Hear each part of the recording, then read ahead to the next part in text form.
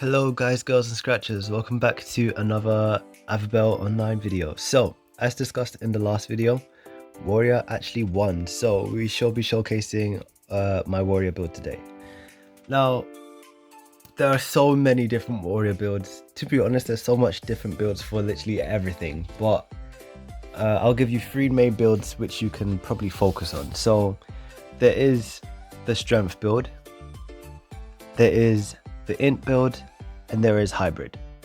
Now, it depends. If you really like the last advanced class, or I can't even remember what it's called, the enlightened class, the newest one, oh my gosh. But yeah, if you like that, you're probably gonna need to go hybrid. But if you're just starting out, then you have a few more options. Now, Warrior can actually use like the majority of the weapons in the game, but don't let this throw you off course, because the main weapons that you need to focus on is the 2-hand sword or 2-hand spear, the 1-hand sword or 1-hand spear, and a blunt weapon.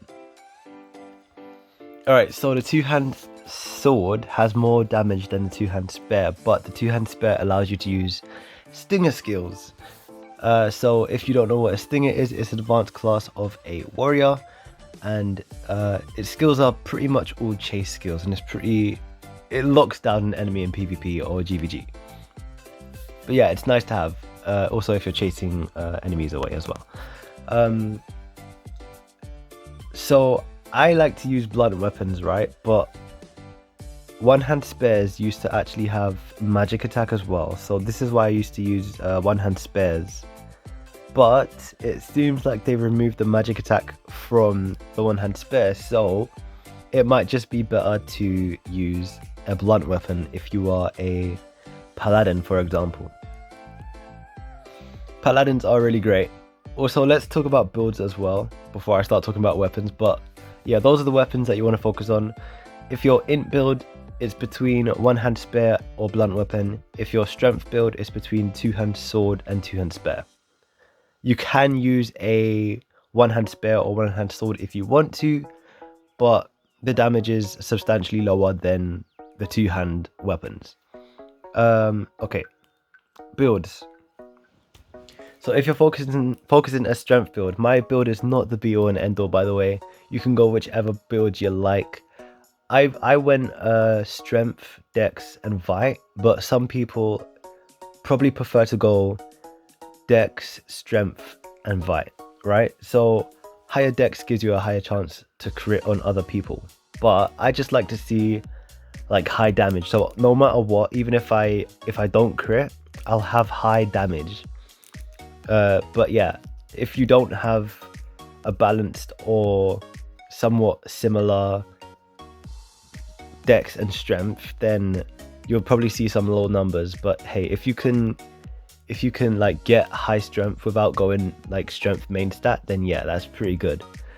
And you should be doing a lot of damage. Now, vite is recommended just because warriors are quite tanky. they're kind of hard to kill. They do a lot of damage, they move around, they have somewhat a good sustain as well if you're an int based warrior, and yeah, you're just basically a demigod, so it's hard to kill you. This is why it's great to have vite. But yeah, if you're going an int build, it's kind of the same aspect, like, but just int. So you'd go dex, int, vite, but you would try to get a lot of int.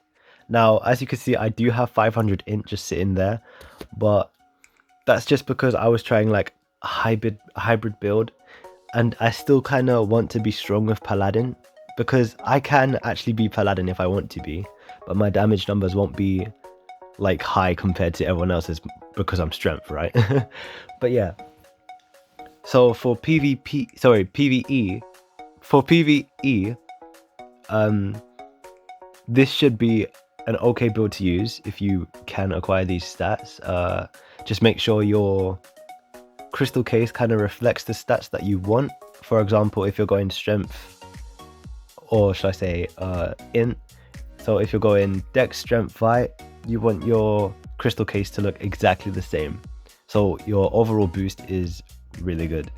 Also, it's nice to have Mint as well because it does give you magical defense and it does increase your SP. So yeah, bonuses. As you can see, my builds aren't, it's not like up to par with everyone else's level right now, just because I'm only level 400 out of 700, I believe. But yeah, this is what I'm rocking. Armors and gears, you kind of want to go something, you want to get good gears, okay guys? So Ichigo's gears, they're not actually like that great, but that's just because I haven't played in a while, so this is why. But yeah, there's 25 stars at the moment, so try and get as close to that as possible. Try to awaken your gear, it really does help, guys. Try to human type it, all that jazz. I'll make some more videos about this in the future once I'm done with all of the class guides and stuff. But yeah, trying orbs as well. Orbs, they really do help. I've got like so much different sets and stuff. But yeah, try find gear that gives you defense and magic defense, because that is the most important thing. I think all gears now actually give that. But yeah, try to aim for Midas and as close to 25 stars as possible. It's gonna take a while to max, but hey, you got time. And rings, it's also your personal preference. I go with a boss ring, which is only level 5 at the moment, but yeah, it gives me additional stats here, as you can see on the right hand side. Okay, next we're talking about skills. So depending on which warrior that you want, whether it's a strength based or int based warrior, you want your,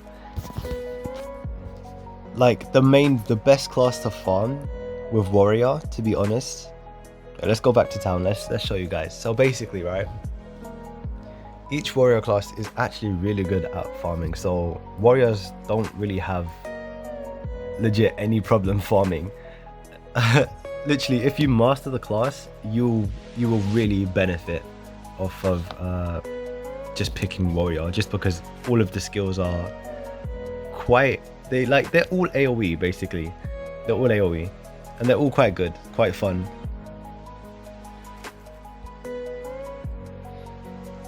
But yeah, I would say it just depends on which class you like at first, because with warrior there's no specific class to focus on.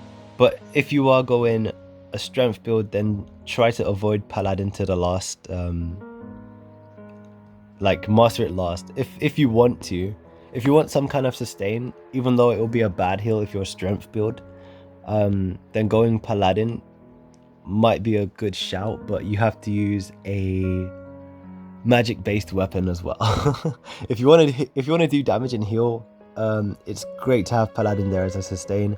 But if you're just like, yeah, let's just do damage and focus on the other classes first. If you're focusing int build, paladin, it's going to take a little while to master, just because there's not really much attacks.